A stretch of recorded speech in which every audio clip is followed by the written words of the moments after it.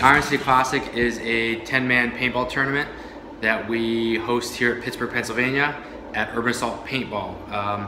It uses the classic format, so we use a 5.5 BPS maximum rate of fire, which encourages the use of mechanical guns. So we just had our event. It was a huge success. We had we sold out 54 teams. One team canceled last second, so we had 53 teams. We broadcast on Go Sports. We had 22 vendors on site. It was crazy. It was a huge boost for 10-man mechanical classic paintball. So, had a couple questions. The first question is, how did we come up with the idea for the Iron City Classic? So, 10-man has existed ever since. For quite a long time, 10-man paintball has been around. Personally, I've played 10-man paintball in some variation since 1999. And it faded away in 2003, X-Ball came on, but 10-man existed in some small tournaments. So the UWL, which is a tournament series here in the United States, that used to use flags. It was kind of like a mix between tournaments and scenarios. So played that quite a bit. Jared Braun in New York hosted the 10-man Woods Ball World Cup, and the Fight Club in Chicago at the Badlands had their annual event as well. So I've played a lot of 10-man. I saw some resurgence in mechanical play, and I decided I might as well try to host my own tournament, but just promote the heck out of it. Use social media, use different marketing techniques, call all of my friends, try to get pro players there, get amateurs, rookies, novice, whatever, and have some really cool fields and come up with some ideas just to try to get everybody to remember what 10-man used to be like.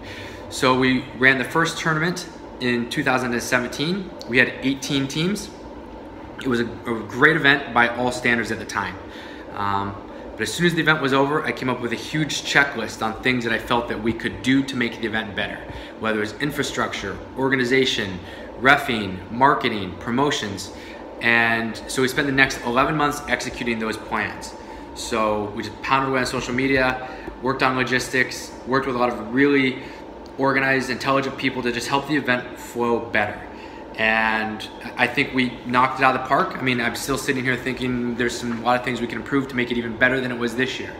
So the second question was, we sold out so quickly, what do you expect for 2019? Well, that's a tough one for me to answer. So for 2019, it's a long ways away. But I do envision the classic format, 10-man mechanical, even 5-man mechanical, just in variants, whether it's on a woods field or hyperball field or spool field. I do expect it to continue to grow. People love X-ball, they love airball, but people want variety, right? You get tired of eating steak all the time. Sometimes you want chicken, sometimes you want vodka instead of beer. The same thing goes for paintball players. And I think offering something different, whether it's for new players, current players, former players, offering some outlet for all those players is incredibly important. So I envision it growing in 2019. We're still working on some logistics for the Iron City Classic, but I do expect it to be a big event. I expect the promotion to be better than ever, and the future for classic paintball, mechanical paintball, 10-man paintball has never been brighter, so I'm very excited. Third question, why is 10-man mech so fun? So I like 10-man because there's something about having 10 players on the start box, about having so many different players that play so many different positions. You can have a full strategy. Maybe you send 3 guys hard down the middle, or you send 4 guys left. And unlike in 5-man, where if you send 4 guys left and 1 guy right, that 1 guy dies, the plan's over, right? Here you still have 6 guys alive, and maybe all 4 of those guys die. And especially when you start playing on some of these big fields. For example, we had a woods field here that was 400 feet long, so that's like 130 meters long by like 250 feet wide, so 85 meters wide. So it was 130 meters long by 85 meters wide. And so you could create these crazy different game plans, and everybody had a different strategy, and that's the fun. The fun is going there, walking the fields, coming up with your strategy, knowing that one person isn't that valuable, that it's a whole team of 10. The guns, the mechanical guns, are a huge part because we also control the electronic guns to 5.5 BPS. That way anybody can play. So if you show up, you don't have a mechanical gun, but you have a Geo or a Shocker or a Lux or a DM, you can just adjust your rate of fire down and you can still compete. However, if you do have a mechanical gun, you can still hit some higher rates of fire. Maybe instead of 5.5 BPS, you get up to 7, 8, 9 BPS. But remember, you don't have anti-chop eyes. You don't have the ease of pulling the trigger.